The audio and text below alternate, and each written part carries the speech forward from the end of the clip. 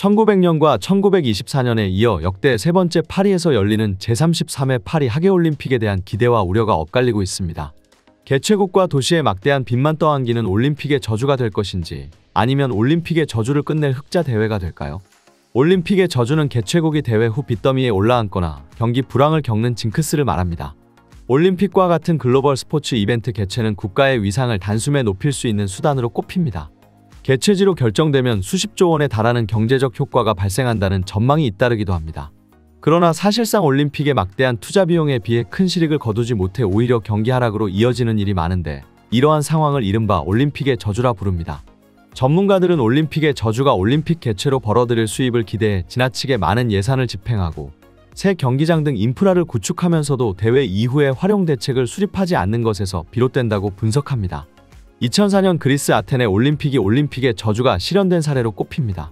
수입의 대부분을 관광사업에 의존하고 있던 그리스 아테네는 당시 경기장 등 스포츠 인프라를 위해 막대한 비용을 투자해야 했지만 올림픽 이후 대부분의 시설이 그대로 방치되고 말았습니다. 이에 그리스는 국내 총생산의 3.9%에 달하는 90억 달러의 적자를 기록했고, 결국 2008년 금융위기를 겪으며 국제통화기금과 유럽연합의 구제금융을 받아야 했습니다.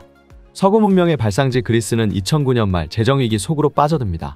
2010년 그리스의 국제수지 적자는 국민소득의 10%가 넘었고, 재정적자도 국민소득 대비 12.7%로 유럽에서 제일 높았습니다. 이유는 국내 총생산 대비 재정적자가 3% 넘는 국가를 재정지출 규칙 위반 국가로 지정하고 재정건정성 강화 조치를 취하도록 압박을 가합니다. 그리고 국가부채도 국민소득의 113%로 그리스 정부는 더 이상 외국에서 돈을 끌어오는 게 불가능했죠. 그리스는 은행이 파산 위기에 몰리고 정부도 국가부도 상황에 직면하게 됩니다. 마침내 그리스 정부는 유럽중앙은행과 IMF로부터 1100억 유로의 1차 구제금융을 받고 긴축 정책을 펼치게 됩니다. 그리스 재정적자의 원인은 여러 가지입니다. 그리스는 해양강국임에도 조선업 같은 제조업은 발달하지 못하고 관광업 등 서비스업에만 의존하고 있었습니다. 정치인들은 공무원들의 정실인사로 권력을 사유화했고, 기득권의 결탁과 공무원의 부패로 많은 세금이 탈루되고 있었죠. 2007년 기준 그리스의 재산세는 16%였지만 독일은 24%, 영국은 43%였습니다. 그리스의 블랙마켓 규모도 국내 총생산 대비 40% 정도로 추정됩니다. 공무원의 숫자도 너무 많았습니다. 인구 총 1100만 명 중 공무원 수가 80만 명에 달해 고용 노동자 중 17.5%를 차지합니다. 그리스 공무원은 55세부터 연금 생활자가 될 수 있었습니다. 공무원이 아닌 경우는 61세였죠. 또 연금은 부분 상속이 가능해 미혼이거나 이혼한 딸이 결혼할 때까지 연금을 수령했습니다. 이를 그리스에서는 유령 연금 생활자라 부르는데, 2012년 유령 연금 생활자 규모가 6만 3,500명에 달합니다. 2012년 국내 총생산 대비 OECD 평균 연금 지불액이 7.8%인데 반해 그리스는 13%로 매우 높았습니다. 그리스의 총리를 지낸 루카스 파파디모스도 많은 비판을 받습니다. 그는 컬럼비아 대학교 경제학 교수를 역임했고 1980년부터 미국 연준에서 이코노미스트로도 일합니다. 파파디모스는 그리스 중앙은행장이 되어 2001년 그리스의 유럽연합 단일통화 가입을 주도합니다. 그러나 당시 그리스는 유로화 가입 조건인 마스트리히트 조약의 요구에는 많이 못 미치는 상황이었습니다.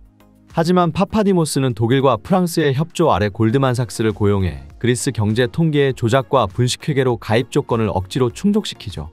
2001년에 그리스는 드디어 유로존에 가입하게 되고 파파디모스는 유럽중앙은행 부총재의 자리까지 오릅니다. 이때부터 그리스는 분수에 맞지 않는 지출을 하고 재정위기의 씨앗은 싹트기 시작합니다. 그리스 위기가 본격화된 시기인 2011년에 파파디모스는 그리스 총리에 오르죠.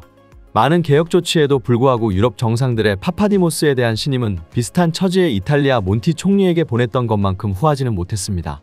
그는 위기 극복을 위한 임시내각 총리로 추대받았지만 그리스 의회로부터 긴축안에 대한 합의를 이끌어내는 데는 실패합니다. 만화로 보는 맹큐의 경제학 강의는 휴넷 또는 이패스 코리아에서 유료로 수강할 수 있습니다. 경제학의 베스트셀러 만화로 보는 맹큐의 경제학 시리즈 2판 출간. 지금 온오프라인 서점에서 만나보세요.